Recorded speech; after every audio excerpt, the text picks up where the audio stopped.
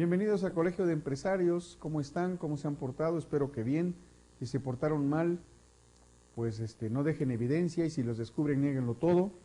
Estamos en la sesión número 6 de organización estructurada. Vamos más o menos llegando a la mitad de nuestro tema, de nuestro curso. Estamos viendo la metodología. Y hoy nos toca hablar de cosas que a mí me emocionan mucho, me gustan mucho, ojalá que a ustedes también. Los enfoques. Hablábamos en las sesiones pasadas de la estructura, y yo les decía justamente en la sesión pasada, la estructura son como las columnas que van a sostener la empresa, y hablábamos de la configuración. La configuración es cuántas columnas necesito 4, necesito 6, necesito 8, necesito 5, ¿dónde las voy a colocar? Bueno, ya que tenemos la estructura, ya que tenemos la configuración, ¿qué técnica vamos a utilizar? Y entonces vámonos a ir al enfoque clásico de la administración. ¿Y por qué es el clásico? Porque es el más utilizado. ¿Quién es el papá de este enfoque clásico? Pues nada menos y nada más que Henri Fayol.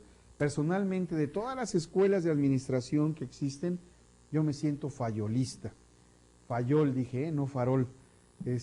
Fayolista. ¿Por qué fayolista? Porque era un hombre con una visión tremendamente amplia y que a casi 100 años de que empieza a hacer sus apuntes de administración, siguen siendo vigentes y sientan las bases pues, de la organización moderna. Por eso se llama enfoque clásico. Los primeros gerentes y autores sobre administración buscaban el mejor camino, ¿sí?, para lograr las cosas. Decían, ¿cuál es la manera? Y trataban de buscar así como la piedra filosofal, la que curaba todos los males. Trataban de encontrar una técnica que sirviera para todo. Pues no la encontraron. Pero en el camino dejaron muchas bases que sí sirven, fíjense bien, para todo. Max Weber, Frederick Taylor, Henri Fayol, de los tres lo hemos mencionado en estos cursos. Weber, el padre de la burocracia, fue el que dijo, la burocracia es un proceso como el de producción en una fábrica, pero que se da en el escritorio. Nosotros la palabra burócrata la tenemos muy mal entendida. Cuando queremos insultar a alguien le decimos, eres un burócrata, ¿verdad? Pero resulta que ser burócrata no es malo desde el punto de vista administrativo. Todos hacemos burocracia, ¿sí? Entonces la burocracia pues es el arte de la producción, el proceso productivo en las oficinas, en los escritorios, no en las fábricas. Tenemos a Frederick Taylor, que miró a la empresa desde abajo hacia arriba, diciendo, si trabajan los operarios bien, los de arriba van a estar contentos. Henri Fayol la miró desde arriba hacia abajo, decir, hey, si la dirección es correcta, la gente va a estar contenta y va a producir más. Los dos tenían parte de razón, tampoco estaban tan confrontados, no se conocieron, hicieron teorías alternas. Max Weber, la burocracia; Henri Fayol, la teoría clásica, la escuela clásica de la administración; y Frederick Taylor, la científica. ¿Por qué la científica? Él tomaba tiempos y movimientos, a ver cuánto tiempo tarda este tío en armar esta cosa, y aquel tío tanto, y luego sacaba promedios y decía, pues el promedio debe de ser el que esté por abajo del promedio, felicidades, el que me haga más tiempo, lo empiezo a presionar. Y a partir de ahí pues iba mejorando, ¿verdad?, iba mejorando la producción, hasta que en un momento en que ya no se podía bajar más el tiempo, habían llegado casi, entre comillas, ¿sí?, a la perfección. Entonces, ellos pensaban que las organizaciones más eficientes y eficaces, acuérdense, la suma de los dos me da efectividad, tenían una estructura jerárquica en la cual los miembros de la organización, ¿sí?, y por una serie de reglas y reglamentos racionales, todo se podía conseguir.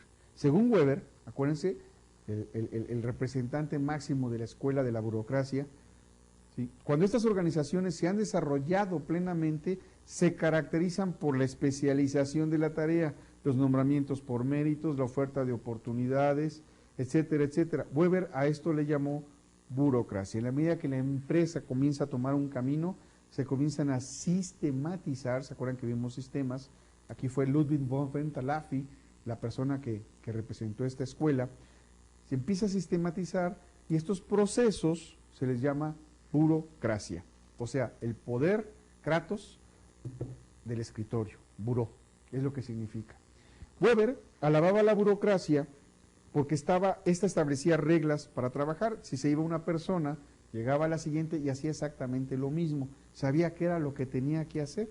De ahí el nombre de la burocracia, aunque hoy en día decirle a alguien burócrata es casi el segundo peor insulto que tenemos los mexicanos. El primero todos lo conocen, no se los voy a decir, pero decirle a alguien burócrata es decir algo terrible. Cuando debiera ser un honor, eres un burócrata, quiere decir que estás haciendo perfectamente bien tu trabajo, estás haciendo como lo tienes que hacer, que esa era la perspectiva de Weber. Por cierto, Weber era de tendencias izquierdas, entonces la palabra burocracia o burócrata no debería de tener un mal concepto como lo tiene ahora. En los años 60 empieza el enfoque tecnológico de las tareas. Y sí, se van a reír algunos, decir, 60, pues yo ni había nacido, ¿verdad? Pues yo sí, y eran padrísimos. La tecnología no era como ahora. Imagínense que les quitan el día de hoy, un día se levantan y no hay internet. Pero no hay internet en todo el mundo. Ya no van a funcionar muchos celulares. Obviamente las computadoras pues perderían razón de ser. Las terminales de señales de telefonía celular pues se apagarían, y entonces algunas funcionan con microondas, pero no todas, y que ya no hubiera celulares, que no hubiera iPod, que no hubiera laptops, que no hubiera computadoras. Yo sé que a algunos de ustedes ya les está dando ganas de llorar y decir, pero ¿por qué nos quiere hacer eso? Pues no es que se los quiera hacer, en los años 60 así era la vida. No había nada de esto, no había redes sociales. La red social era irte a un club deportivo y ahí conocías a los amigos, o ir a una fiesta y así los conocías.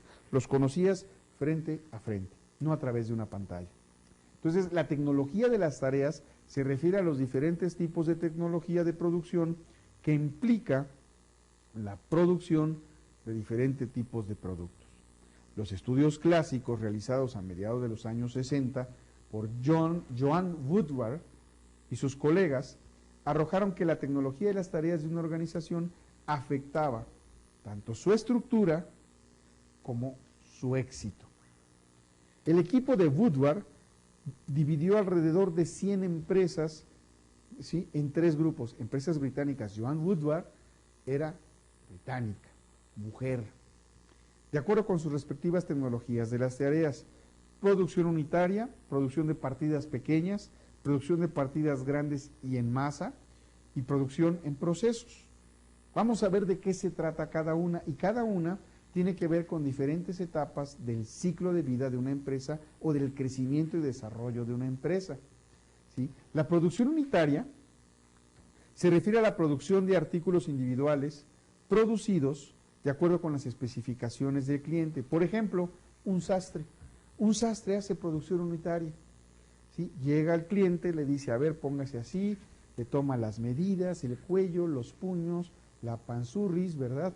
Lo mide por todos lados, ¿sí? Lo toquetea por todos lados, ¿verdad? Y además le van a pagar. Y entonces, el sastre nunca entrega a tiempo en términos generales, pero eso es otra historia, ¿sí? Esa es producción unitaria. A cada cliente se le hace justo lo que el cliente necesita. Es como si yo voy a cortarme el pelo, ¿sí? ¿Cómo lo quiere? Pues mira, quiero que me lo dejes corto de aquí, por aquí me dejas un hueco, me lo dejas chino de enfrente y atrás no me dejes nada. Y dice, oiga, pero ¿por qué lo quiere usted así? Porque así me lo dejó el mes pasado que vine, ¿no? Pues déjemelo igual. Entonces, cuando vamos a cortarnos el pelo, fue un chiste de mal gusto, ni yo me reí. Cuando vamos a cortarnos el cabello, es una producción unitaria. Casi la mayor parte de los servicios son producciones unitarias. Por ejemplo, voy a viajar, voy a sacrificarme, me voy a ir unos cuantos días, varios, a Cancún, voy a sufrir.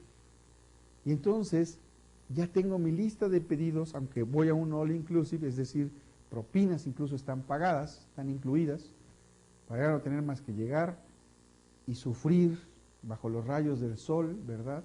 Tomándome, no un coco con ginebra, una margarita, ¿sí? Una margarita que me acompañe con un tequila, por ejemplo, no, es otra cosa. Entonces voy a ir a sufrir y ya sé lo que voy a pedir a lo mejor una bicicleta para ir a determinados lugares, un kayak para hacer otras cosas, en fin, ya tengo además mi paquete completo. Cada cliente pide una cosa diferente, ¿sí? A lo mejor pido una rosa para la persona que me acompaña, no la florecita o los petalitos que ponen a la llegada, no, una rosa en especial, con unas características, una cena romántica. Pues digo, si ya vamos a ir a sufrir, pues suframos bien, ¿verdad? Entonces cada uno pide una cosa muy particular. Esa es la producción unitaria. Viene la producción de partidas pequeñas, se refiere a productos hechos en cantidades pequeñas, en etapas independientes, tal como las partes de máquinas que después se ensamblarán. Partes pequeñas, volvamos a los servicios, que es más fácil de explicar. Un spa. Un spa tiene una oferta de 3, 4, 5 productos diferentes y nada más. Y son pequeños servicios. Un gimnasio le dicen a usted qué quiere. ¿Sí? Los gimnasios grandes. ¿Quiere salud? ¿Quiere estética? ¿Quiere fortaleza? ¿O quiere ser de plano un atleta? ¿Qué es lo que quiere? Y nosotros lo vamos a preparar en ese sentido. ¿Sí? Entonces, producción de partes pequeñas, las refacciones, es producción en partes pequeñas que después van a integrar algo más grande. También está la producción de partidas grandes y en masa. Son muy pocas cosas, pero grandes cantidades. Por ejemplo, pan. Y voy a escoger un nombre, pan Bimbo. O las sopas Maruchan, que hay 10 sabores y nada más, y se hacen en grandes cantidades y se distribuye a todo el país. Luego viene la producción en proceso.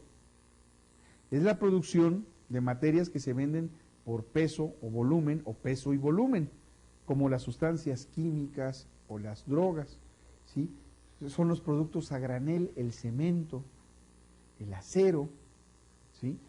Es producción en proceso. Estos materiales suelen ser producidos con equipos sumamente complejos de una forma continua y normalmente nada más eso se está produciendo. Los estudios de Woodward de estos 4 métodos o sistemas productivos condujeron a 3 conclusiones. El primer término, entre más compleja sea la tecnología, mayor la cantidad de gerentes y de niveles administrativos. ¿Por qué? Para poder controlar, para poder planear, organizar, dirigir y controlar, para poder afectar con el proceso administrativo cada una de las etapas. Las tecnologías más complejas conducen a estructuras altas para la organización. El segundo, el tramo de administración. Para los gerentes de primer nivel, aumenta conforme se pasa de la producción unitaria a la producción en masa. Es decir, entre más incremente la producción, más incrementa el grado de responsabilidad del administrador y el grado de jerarquía. Entre más masivo sea, válgame la palabra más masivo, ¿sí? Entre más se produzca, más responsabilidad, más autoridad tiene el administrador. Y en tercer término, debido a que los empleados de niveles bajos, tanto en empresas con producción unitaria en procesos, suelen realizar un trabajo muy especializado, por eso el gerente va subiendo, ¿sí?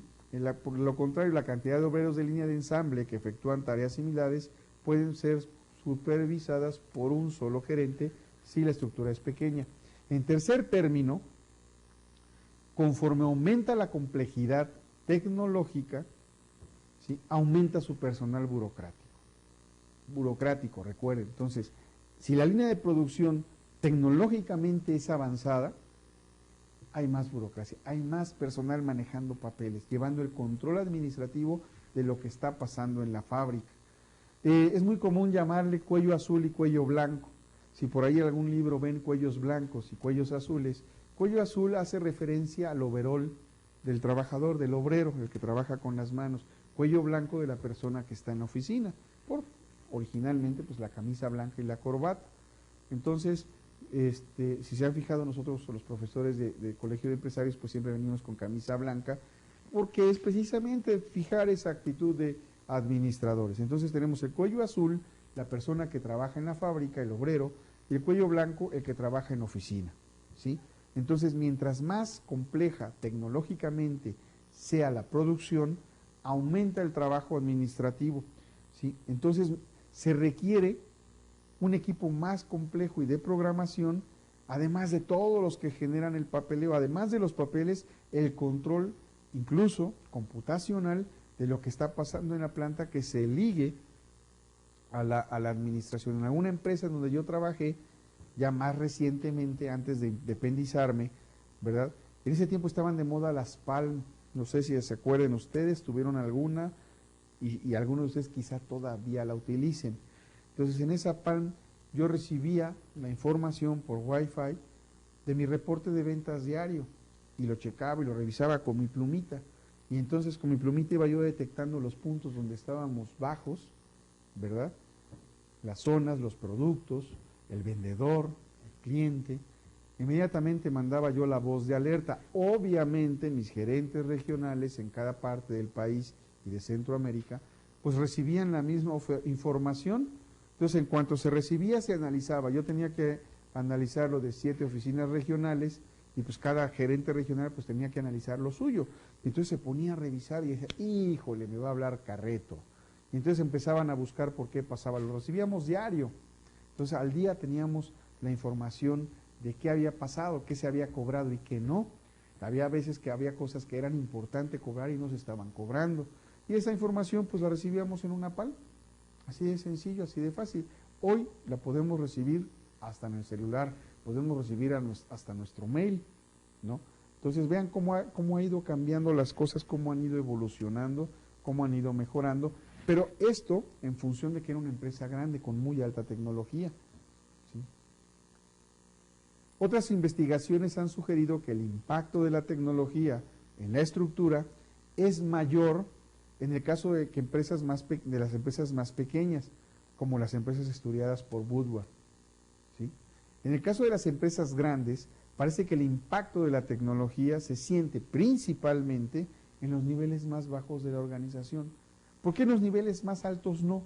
Porque están acostumbrados a trabajar con tecnología. Cuando estamos acostumbrados a trabajar con tecnología, no lo sentimos, ¿sí? Yo les decía, imagínense un día que no hay internet, no hay celulares, no hay laptops, no hay computadoras, no hay pantallas digitales, no hay pantallas touch, ¿sí? Sería un mundo para ustedes, para los más jóvenes, pues un mundo terrible, porque ustedes cuando nacieron, pues ya nacieron así. Un día mi hija, tenía 4 o 5 años, me preguntó, papá, ¿y cuando tú eras niño qué videos veías? Vean la palabra, escuchen la palabra, videos. Si a ustedes todavía les suena la palabra video, ya no están tan jovencitos, ¿sí? Porque ahora ya no es video, ya es DVD. Fíjense qué viejos se hicieron por la tecnología. A lo mejor muchos de ustedes todavía recuerdan el cassette ese que teníamos que ponerle un lápiz para desenredarlo, cuando se enredaba, le dábamos unos golpes en la mano antes de ponerlo para que no quedara muy apretado, y después de algunos usos ya no servía, ya no daba para más el cassette. Entonces mi hija me pregunta, papá, ¿y tú cuando eras niño qué videos veías? Y a duras penas teníamos televisión y además en blanco y negro, y funcionaba de las 4 a las 10 de la noche, nada más, ¿sí? Hoy en día la televisión funciona a las 24 horas y es a color. Entonces vean cómo ustedes que están acostumbrados a la tecnología, ¿sí? Sufren un impacto menor cuando hay un cambio porque rápidamente son adaptados. Pero la parte operacional de la empresa sigue siendo estática. Esa no se mueve tan rápido como ustedes. Muchos de ustedes están en las redes sociales gracias a un aparatito que se llama celular. Antes lo hacíamos en la computadora, ahora lo hacemos desde el celular. Es más, buscamos que un celular nos permita tener acceso a Facebook, a Twitter o a ambos, o a alguna otra red, a Internet. Los teléfonos ahora tienen las pantallas más grandes para poder visualizar adecuadamente el Internet. A veces todavía le sufrimos un poquito con la letra y por eso nacieron ahora las tabletas, para ver así la pantallota. Entonces, cuando hubo un tiempo en que el celular se hizo pequeño, y era tan pequeño como la tecla pudiera ser presionada por nuestra yema, ¿verdad? Luego se volvió a hacer grande, porque necesitamos ahora visibilidad, pantallas de alta definición, las cámaras, ¿sí? Yo recientemente compré una cámara para mi esposa, y la cámara que yo tenía antes era del 2006, y era de 6 megapíxeles, y en ese tiempo me costó más o menos como 3,000 y algo de pesos. Era la máxima en tecnología. Era una Cybershot de Sony. Y me dio mucha risa, que dije, vamos a cambiar la memoria, vamos a ampliarle la memoria, y saco el chip, que es una tarjetita especial de la Sony, nada más Sony la tiene, alargadita, ya no se hacen.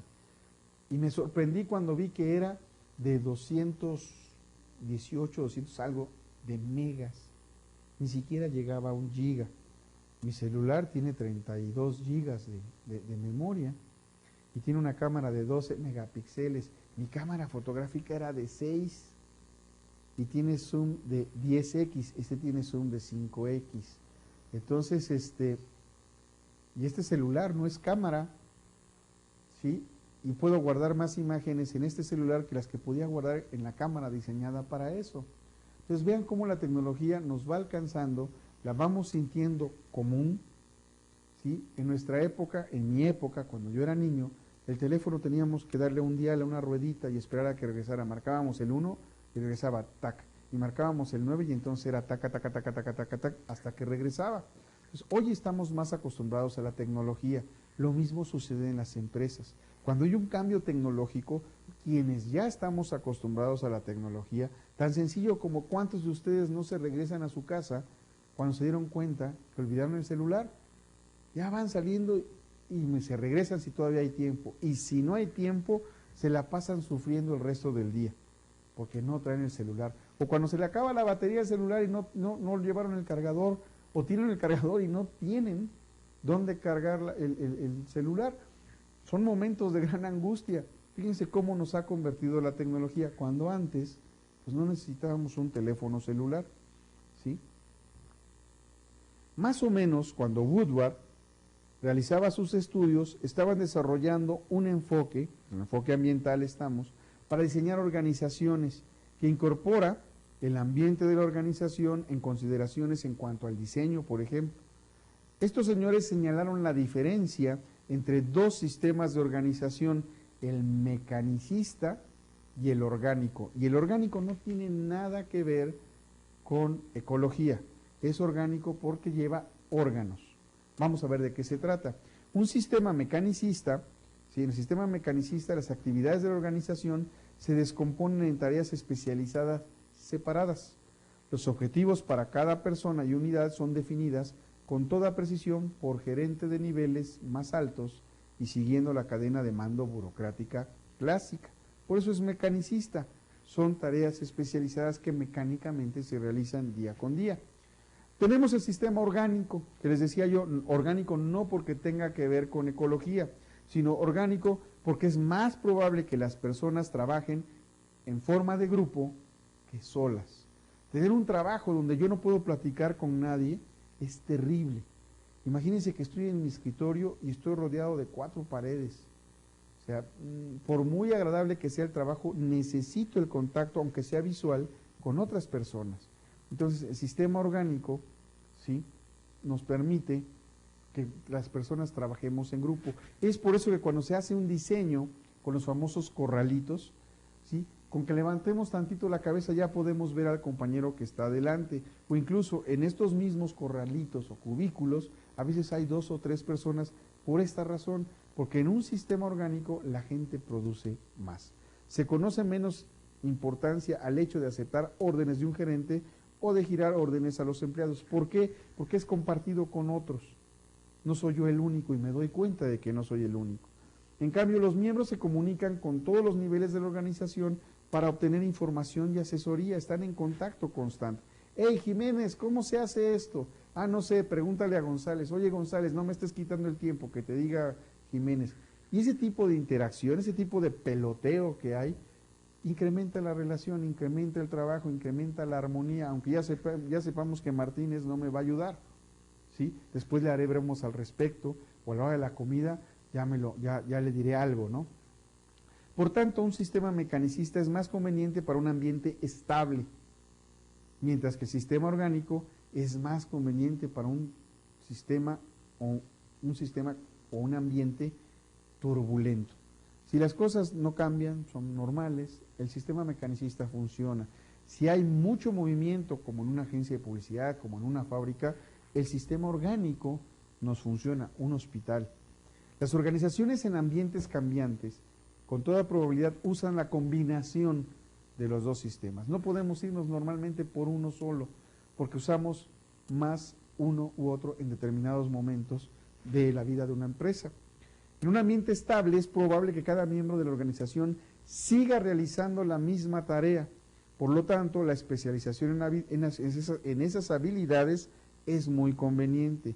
En un ambiente turbulento, los trabajos se deben redefinir. ¿Se acuerdan de la adocracia? ¿Sí? Entonces necesitamos que aprender o reaprender a hacer cosas que ya habíamos hecho antes, pero que las dejamos de hacer porque el sistema cambió, porque el entorno cambió, porque el ambiente cambió. Por lo tanto, los miembros de la organización deben tener habilidad para resolver diversos problemas y no para realizar de manera repetitiva una serie de actividades especializadas como sucede en el mecanicista. Normalmente, el enfoque mecanicista es en fábrica y el enfoque orgánico es en administración, pero se llegan a combinar, no crean que es exclusivamente de unos.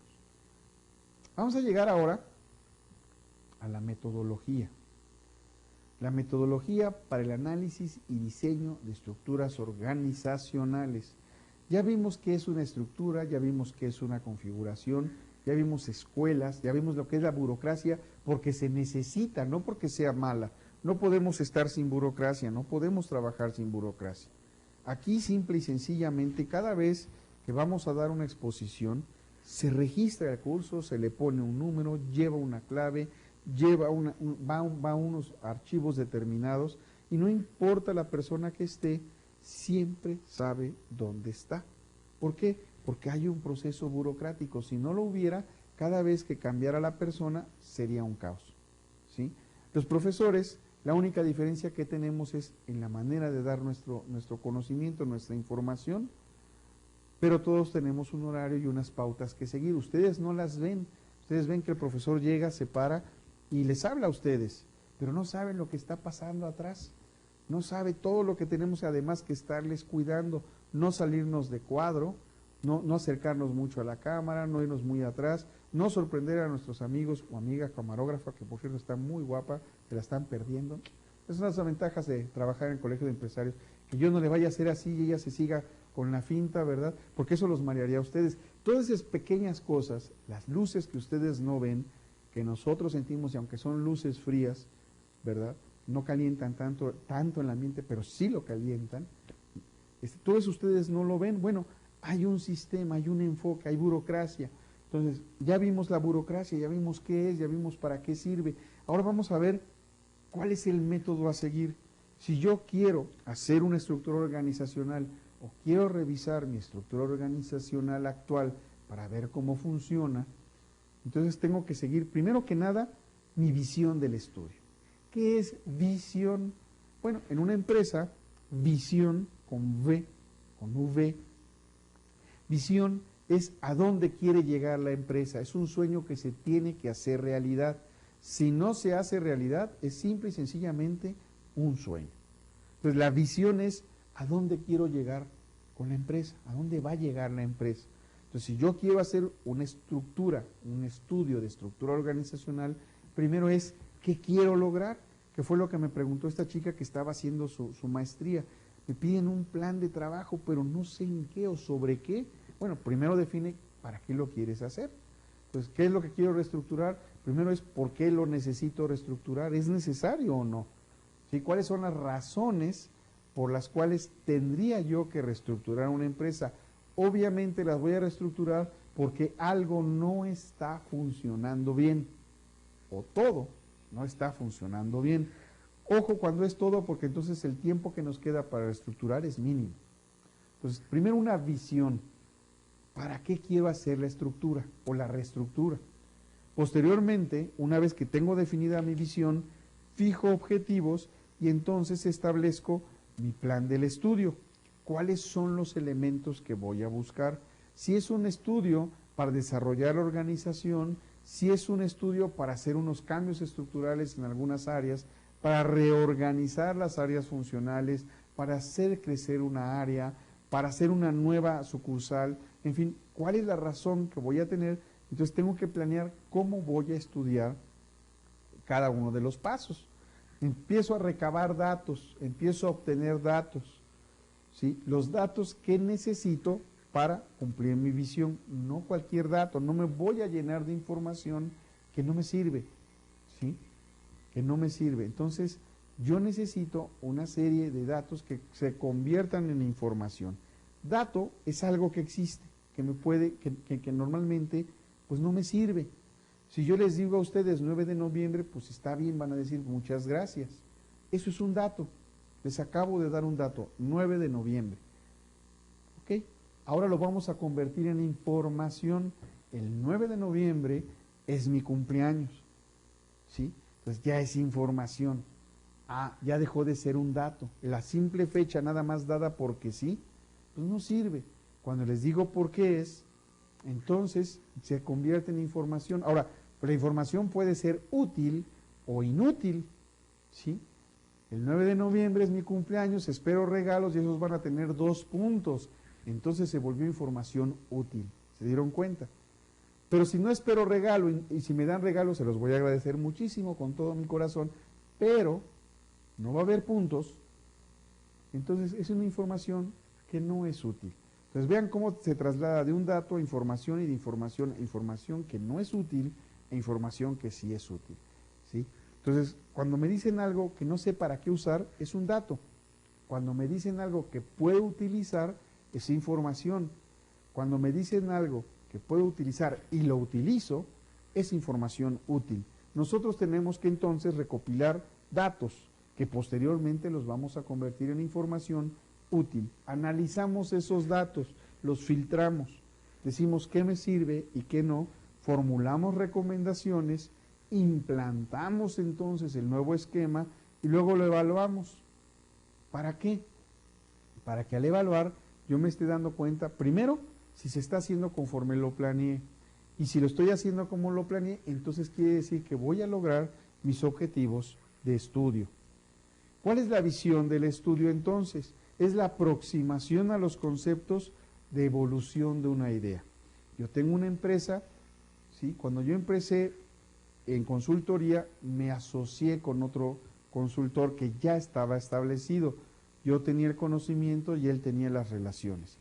Yo puse dinero, él ya tenía dinero, hicimos crecer el despacho, él ya tenía personal, contratamos a más personal y terminé perdiendo mi dinero y terminé quebrando mi primer negocio.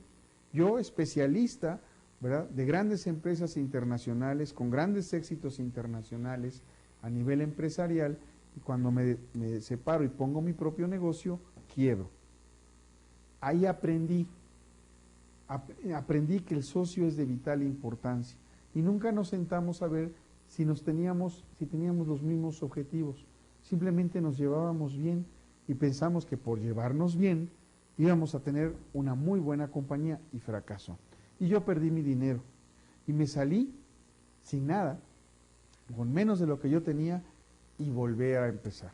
Después de tener una empresa de cerca de 50 personas, consultores, pues hoy en día tengo una empresa con 6 personas que a veces llegamos a crecer a 10, lo más que hemos crecido es 15 temporalmente por determinados proyectos que traemos a personas que nos ayudan con ellos, ¿sí? Entonces, mi visión del estudio es hasta dónde quiero evolucionar y por qué y para qué. Luego viene mi percepción de la idea, desde que la concibo, si mi idea es probable, si la puedo realizar, qué necesito para realizarla, y empiezo a hacerme preguntas. A ver, ¿por qué quiero tener 40 empleados? ¿Para qué quiero tener una empresa de 100 empleados? ¿Cuánto tiempo me va a llevar crearla? ¿Cuánto tiempo me va a llevar mantenerla? ¿Cuánto tiempo me va a llevar traer clientes para 100 personas? Es más fácil traer clientes para 5, para 6, que es lo que sucede ahora. Muchas veces quienes traen a los clientes son mis mismos consultores, ¿sí? ¿Por qué no lo hacen? ¿Por qué no lo hacen ellos por fuera? Porque necesitan de un equipo y el equipo ya lo tenemos integrado. La persona que trae un proyecto recibe un pago adicional, recibe un bono por traer ese proyecto. Entonces a todos les interesa, todos ganan. A veces yo gano menos que mis consultores, ya se los dije porque a veces yo trabajo como subordinado, no como jefe, y en función de eso será mi pago. Y ellos lo saben. Entonces hay mucha democracia en mi trabajo, por eso somos poquitos, porque no todos se adaptan, porque no todos lo entienden, porque no todos son tan flexibles ni tan profesionales. Viene la depuración entonces de la idea. La organizo, la extrapolo, es decir, hasta dónde puedo llegar, me adhiero, me lleno de información, retroalimento y continúo a consolidar la idea. La estructuro, la registro, es decir, lo anoto y luego lo expongo. ¿En qué consiste la planeación del estudio? Pues en precisar qué es lo que queremos hacer, para qué lo queremos hacer. ¿Sí? Entonces, los pasos de la planeación es determinar cuál va a ser el factor de estudio. Si ya tengo la visión, en qué manera voy a llevar a cabo esta visión y qué fuentes de estudio voy a tener. Tengo fuentes internas, tengo fuentes externas. Y aquí es donde establezco el objetivo de estudio. En la visión tengo la idea, la conceptualizo, la desarrollo, la desmenuzo. Y ya que la desmenucé, entonces paso a la planeación. Y en la planeación determino los objetivos por los que voy a estudiar. Hago una investigación preliminar, determino cuáles lineamientos me van a servir para orientar mi investigación, en qué ruta voy a seguir, qué amplitud va a tener mi estudio o mi plan y qué profundidad va a tener, en qué tiempo. ¿Qué va a contener la investigación? ¿Qué es lo que quiero buscar? Les acabo de dar el dato del 9 de noviembre y luego les dije que se convertía en información cuando les dije que era el día de mi cumpleaños. Y esa información puede ser útil porque los que me den regalo van a tener 2 puntos, o puede no serlo, no importa si me dan o no regalo, no hay puntos, ¿sí?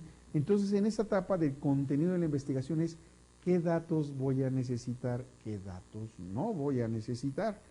Pues para una investigación la fecha de mi cumpleaños no es importante, se desecha. La preparación del proyecto de estudio, entonces, pongo mi propuesta técnica y pongo mi programa de trabajo, es decir, vamos a hacer esto en tales fechas. La autorización para realizar el estudio, la autorización pues por parte de la cabeza de la empresa. Normalmente este tipo de reestructuraciones no se hace al interior de la empresa, que debiera poderse hacer. El área especializada para poderlo hacer es recursos humanos. Yo personalmente tengo mis batallas con recursos humanos, no estoy muy conforme ni muy contento con el trabajo de recursos humanos en muchas de las empresas donde yo he trabajado y en muchas de las empresas donde yo doy consultoría, pero ese es un problema personal mío que no he podido resolver, ¿sí? Pero ¿quién es el área más adecuada para reestructurar? Los recursos humanos. Luego viene la autorización para realizar el estudio y una vez que me lo autorizan, integrar el equipo de estudio o el equipo de trabajo. Recuerden, una reestructuración usualmente es un externo, porque además dicen que los toros se ven desde la barrera, es mejor verlos con distancia, con frialdad, y con frialdad poder decir es esto, esto, esto, otro. Imagínense que ustedes hacen su propio estudio en la empresa y resulta que a su mejor amigo lo tienen que despedir porque su puesto no es necesario y a él no hay dónde reubicarlo. Y entonces empiezan, ay, Pepe, híjole, y él fue el que me recomendó para este trabajo, él me trajo aquí, y ahora resulta que yo lo voy a correr, qué mal amigo soy. Pero si contratan a un externo, ese no le va a importar si Pepe es bueno o mal amigo, se necesita o no necesita, o no se necesita y punto. Por eso es que en ese tipo de estructuraciones usualmente lo hace un externo. Posteriormente se capacita al equipo de trabajo para la recopilación de datos. Vamos a buscar esta información, vamos a dirigirlos para conocer y analizar lo que realmente está sucediendo en la organización, porque normalmente sabemos el efecto. Oigan, fíjense que pasó esto, oigan, fíjense que pasó aquello, pero ¿qué es lo que lo provoca? Y cuando nosotros tratamos de investigar qué está provocando eso, antes de encontrar qué, encontramos quién. Siempre hay un culpable. Es Jiménez, es González, es Carreto, siempre hay un culpable. Bueno, ese es el quién, pero ¿por qué? Porque la persona es mala, porque la persona es malintencionada, porque la persona es negativa, porque la persona no sabe trabajar o porque hay un error de comunicación interna, porque la información no está fluyendo como debe de fluir, porque no hay comunicación, la información va en una sola vía, ¿sí? Los publicistas le llaman a las campañas de publicidad campañas de comunicación. Un estudiante de comunicación sabe perfectamente que eso no es comunicación, es información. Para que se convierta en comunicación tiene que ser en dos vías. Tiene que ir de aquí hacia allá y de allá hacia acá. Y eso se llama retroalimentación. Si no hay retroalimentación, no existe el proceso de comunicación. Pero también en el proceso hay ruido. Hay cosas que van a interferir con ese proceso de comunicación. Yo tengo que preparar a mi equipo para que a la hora de recopilar datos me quite aquellos que no puedo volverlos útiles, ¿sí? ¿Qué debo de considerar? Pues los requisitos básicos que tienen los datos, que puedan convertirse en útiles, y la actitud del equipo responsable de recopilarlos, que no, si ya saben qué van a recopilar, que no lo hagan tan solo, simple y sencillamente, por hacerlo. Tenemos técnicas de recopilación de datos, la investigación documental, incluso puede ser un sondeo, puede ser un estudio de mercado, si el problema es hacia afuera, por observación directa, llegar a la oficina, sentarnos, platicar con el gerente 15, 10 minutos, pero en ese tiempo estamos observando la dinámica de la organización. Por ejemplo, algo que yo hago muy comúnmente cuando soy invitado por un gerente, por un director o por un dueño para hacer una investigación, para hacer una consultoría, cuando voy caminando por él le digo que me muestre la fábrica o lo que están haciendo.